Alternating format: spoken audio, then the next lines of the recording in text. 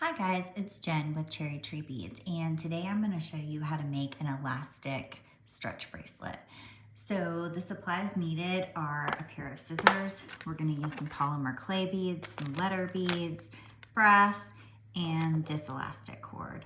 So the first thing that we're going to want to do is to pre-stretch our elastic. So you want to stretch it out now so that it doesn't stretch out while it's on your wrist. So I'm gonna stretch out about a foot. That's way more than I'll need, but I like to have plenty.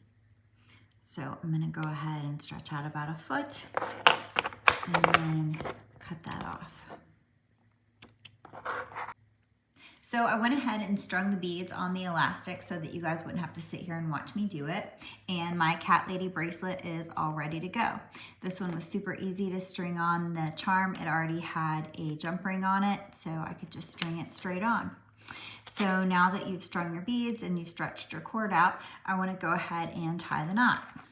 So to do that, we're just going to tie a knot like so and pull that. And then we're going to do another one and pull that nice and tight. And then we're going to flip it under and do one more this way and pull that nice and tight. And then you're going to go ahead and take your scissors and cut off the excess. And then because this is a 0.6 millimeter elastic, the knot will go under and hide under those beads.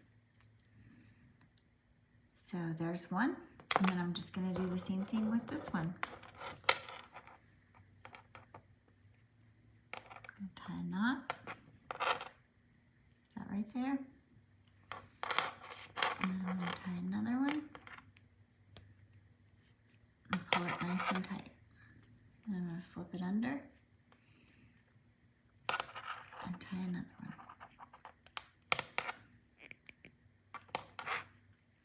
And these knots are very secure. I've had bracelets that I've made with this that I've been wearing for years now and haven't had any problems.